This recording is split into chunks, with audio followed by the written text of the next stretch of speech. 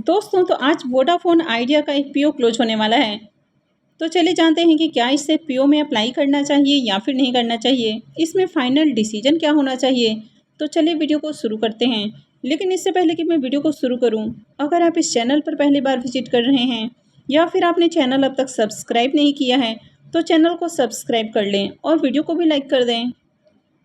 तो सबसे पहले पीओ के डिटेल्स को देखें तो ये पीओ 18 अप्रैल को ओपन हुआ था और ये 22 अप्रैल यानी कि आज क्लोज होने वाला है। इसमें फेस वैल्यू 10 रुपये पर शेयर है। अब इसमें प्राइस बैंड को देखें तो 10 से 11 रुपये का है, लेकिन अगर आप 10 रुपये के ऊपर बिडिंग करते हैं तो आपका एप्लीकेशन से कैंसिल हो जाएगा। तो आपको इसमें 11 रुपये के ऊपर ही बिडिंग करनी है, आपको इससे नीचे प्राइस पे बिडिंग नहीं करनी है। और इसमें लॉट साइज 1298 शेयर्स का है। एफपीओ के साइज को देखें तो एफपीओ काफ़ी बड़ा है, 18,000 करोड़ का एफपीओ है और पूरी तरह से फ्रेश इशू का एफपीओ है। तो चलिए देखते हैं कि अब तक एफपीओ कितना सब्सक्राइब हुआ है और इसमें फाइनल डिसीजन क्या होना चाहिए।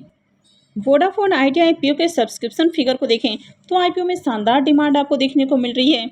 QI20 पोर्शन में एफपीओ 5.25 टाइम सब्सक्राइब हो चुका है, HNI पोर्शन 2.77 टाइम, यहाँ पर बिग HNI पोर्शन 3.62 टाइम और small HNI portion 1.09 time subscribe हो चुका है। तो इस एफपीओ में QI20 की ओर से शानदार सब्सक्रिप्शन आते हुए देखने को मिला है। अगर रिटेल पोर्शन को देखें तो रिटेल पोर्शन में एफपीओ 0.58 टाइम सब्सक्राइब हुआ है। तो इस तरह एफपीओ 2.38 टाइम सब्सक्राइब हो चुका है। तो अभी 2-10 हो रहे हैं और अब तक देखें तो 2.38 टाइम एफपीओ सब्सक्राइब हो चुका है। अब इस एफपीओ में देखें तो HNI के लिए 15% का पोर्शन है, तो बिग HNI के लिए 10% का पोर्शन है, यानी कि इनके लिए 84,045 एप्लीकेशन रिजर्व रखे गए हैं। वहीं पर स्मॉल HNI के लिए 5% का पोर्शन रिजर्व है, तो इनके लिए 42,022 एप्लीकेशन रिजर्व हैं। और रिटेलर्स के लिए 35% का पोर्शन है, तो इनके लिए काफ़ी बड़ा पोर्शन रिजर्व रखा गया है। तो रिटेलर्स के लिए आईपीओ में 44,12,382 एप्लीकेशन रिजर्व रखे गए हैं, यानी कि इतने लोगों को आईपीओ में अलॉटमेंट मिलने वाली है। और अब तक देखें तो एफपीओ में 10 लाख से भी कम एप्लीकेशंस लगे हैं। तो जितने लोग भी एफपीओ में अप्लाई करने वाले हैं तो उन सबको अलॉटमेंट मिलेगी। तो रिटेल पोर्शन में जितने भी एप्लीकेशंस लगने वाले हैं उन सबको अलॉटमेंट मिलेगी। और HNI पोर्शन में भी देखें तो यहाँ पर भी अलॉटमेंट मिलने के पूरी चांसेस हैं, यानी कि यहाँ पर भी सबको अलॉटमेंट मिलेगी। तो रिटेल पोर्शन में जो भी अलॉटमेंट होती है वो लॉटरी बेसिस के ऊपर देखने को मिलती है, लेकिन HNI पोर्शन में जो अलॉटमेंट है वो प्रोपोर्शनेट बेसिस के ऊपर होती है। तो कंपनी के बिजनेस की बात करें तो ऑलरेडी आप सबको पता है कि कंपनी टेलीकॉम सेक्टर में काम करती हुई देखने को मिलती है। तो टेलीकॉम सेक्टर में इसके अलावा 2 और मेजर प्लेयर्स आपको देखने को मिलते हैं, एक है भारती एयरटेल और दूसरा है जियो। तो एयरटेल और जियो के बीच में काफ़ी अच्छा कंपटीशन देखने को मिलता है, लेकिन ये जो वोडाफोन आइडिया है ये दूर दूर तक उनके मुकाबले में देखने को नहीं मिलती है। तो ये कंपनी काफ़ी लॉस मेकिंग है। कंपनी के प्रॉफिट को देखें तो कंपनी कंटिन्यू आपको लॉस मेकिंग देखने को मिलती है। कंपनी के नेटवर्थ भी लगातार आपको माइनस में देखने को मिल रहे हैं, कंपनी के रिजर्व भी लगातार माइनस में है। और कंपनी के ऊपर कर्ज को देखें तो कंपनी का जो कर्ज है वो लगातार बढ़ती हुई देखने को मिला है। तो ओवरऑल अगर कंपनी के बारे में बात करें तो कंपनी पूरी तरह से लॉस मेकिंग देखने को मिलती है, यानी कि फंडामेंटल बेसिस के ऊपर देखें तो इस एफपीओ में आपको अप्लाई करना नहीं बनता है। लेकिन ये जो स्टॉक है ये पेनी स्टॉक है, यानी कि इनमें देखें तो काफ़ी अच्छा अभी आपको डिमांड भी देखने को मिला है, यानी कि पिछले दिनों इसमें काफ़ी अच्छी डिमांड देखने को मिली है। लेकिन आज भी देखें तो आज इसके शेयर्स के प्राइस में गिरावट देखने को मिल रही है। वोडाफोन आइडिया एफपीओ के प्रीमियम को देखें तो अभी इसका ग्रे मार्केट में प्रीमियम 50 पैसे के ऊपर आपको देखने को मिल रहा है और एफपीओ में 1298 शेयर्स का लॉट है। इसका मतलब है कि एफपीओ से एक लॉट से आपको 649 रुपये का प्रॉफिट हो सकता है। इसके प्रीमियम को देखें तो इसका प्रीमियम 4.5% के ऊपर आपको देखने को मिल रहा है। तो प्रीमियम देखें तो बहुत अट्रैक्टिव प्राइस के ऊपर देखने को नहीं मिल रहा है।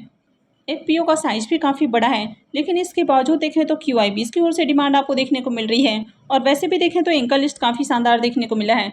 HNI की ओर से भी काफ़ी अच्छे एप्लीकेशंस लगते हुए देखने को मिले हैं। तो HNI पोर्शन में देखें तो बिग HNI की ओर से खूब एप्लीकेशंस लगे हैं, वहीं पर रिटेलर्स की ओर से भी देखें तो उनकी ओर से भी बढ़िया एप्लीकेशंस लगते हुए देखने को मिल रहा है, यानी कि ओवरऑल मार्केट में इसकी डिमांड देखने को मिल रही है। लेकिन एफपीओ का जो साइज है वो काफ़ी बड़ा है, तो इसके कारण जो सब्सक्रिप्शन फिगर देखने को मिल रहा है वो कम देखने को मिल रहा है। लेकिन शेयर्स के प्राइस के अंदर देखें तो आज गिरावट देखने को मिल रही है। जहाँ पहले इसके प्राइस के अंदर तेजी देखने को मिल रही थी वो पिछले 2 ट्रेडिंग सेशन से देखें तो इसमें गिरावट देखने को मिल रही है और आज देखें तो काफ़ी ज़्यादा डाउन देखने को मिल रहा है, यानी कि 5% इसके शेयर्स में गिरावट देखने को मिली है। अब इसे पीओ में अप्लाई करना है या फिर नहीं करना है ये पूरी तरह से आपका अपना डिसीजन होना चाहिए। वैसे आगे इसमें तेज़ी की उम्मीद है, लेकिन अगर आप इसको होल्ड कर सकते हैं, यानी कि अगर आपके पास इसको पेशेंस के साथ होल्ड करने की कैपेसिटी है, तभी आपको इस एफपीओ में अप्लाई करना है। अदरवाइज आप इस एफपीओ को अवॉइड कर सकते हैं, क्योंकि ये जो स्टॉक है ये पेनी स्टॉक है। तो इसके जो शेयर्स हैं वो पूरी तरह से न्यूज़ बेस्ड आपको देखने को मिलते हैं, यानी कि जब भी मार्केट में कुछ अच्छा न्यूज़ आता है तो उसके बेसिस पर इसमें आपको उछाल देखने को मिलता है। वैसे इसका एंकर लिस्ट काफ़ी शानदार देखने को मिला है, तो हो सकता है कि भारतीय हेक्सॉकम के जैसे इसमें आगे आपको तेज़ी देखने को मिले, यानी कि अगर लिस्टिंग वाले दिन इसमें तेज़ी देखने को नहीं भी मिलती है तो उसके बाद भी तेज़ी की उम्मीद की जा सकती है। तो अगर आप ये रिस्क उठा सकते हैं, यानी कि अगर आगे इसमें आपको गिरावट देखने को मिलती है तो गिरावट में भी आप इसको पेशेंस के साथ होल्ड कर सकते हैं, तभी आप इस एफपीओ में अप्लाई करें। अदरवाइज आप इस एफपीओ को अवॉइड कर सकते हैं। यहाँ पर अगर आप इस एफपीओ में अप्लाई कर रहे हैं तो कम से कम ये तो ज़रूर कन्फर्म है कि आप अगर अप्लाई कर रहे हैं तो आपको इसके शेयर्स मिलने ही वाले हैं, क्योंकि अगर रिटेल पोर्शन को भी देखें तो रिटेल पोर्शन में भी अब तक बहुत ज़्यादा डिमांड नहीं आई है, और अगर डिमांड आती भी है तो भी ऐसा नहीं है कि ये प्योर रिटेल पोर्शन में फुल्ली सब्सक्राइब होने वाला है, तो 100% सब्सक्राइब होना मुश्किल लग रहा है। अगर आप एच नाइस पोर्शन से भी अप्लाई करते हैं तो वहाँ पर भी आपको अलॉटमेंट मिलने के पूरे पूरे चांसेस हैं। तो अप्लाई करने से पहले आप अपने रिस्क रिवॉर्ड को ज़रूर कैलकुलेट करें और उसके बाद ही इन्वेस्टमेंट करें। और जो एफपीओ है ये आईपीओ से अलग होता है, क्योंकि जो एफपीओ कंपनियां लेकर आती हैं वे ऑलरेडी मार्केट के अंदर लिस्टेड होती हैं। तो जैसे नॉर्मल मार्केट आपको 9:15 बजे से ओपन होते हुए देखने को मिलता है, तो यहाँ पर एफपीओ में जो भी लिस्टिंग है वो आपको 9:15 बजे से देखने को मिलेगी। और इस एफपीओ में एक और बात कि इसमें प्री ओपन सेशन देखने को नहीं मिलेगा, तो 9:15 बजे के बाद जो भी एक्शन है वो पूरे दिन आपको देखने को मिलेगा, क्योंकि प्री ओपन सेशन नहीं रखा गया है। तो आईपीओ की लिस्टिंग आपको 10 बजे देखने को मिलती है, लेकिन एफपीओ की लिस्टिंग आपको 9:15 बजे ही देखने को मिलेगी। तो अगर आप थोड़ा बहुत भी रिस्क उठा सकते हैं तो फिर आप इस एफपीओ में अप्लाई कर सकते हैं। तो आई होप कि आपको जानकारी अच्छी लगी होगी। तो अगर आपने वीडियो को अब तक लाइक नहीं किया है तो वीडियो को लाइक कर दें और चैनल को भी सब्सक्राइब करके रखें। और वीडियो को अंत तक देखने के लिए आप सबका बहुत बहुत धन्यवाद।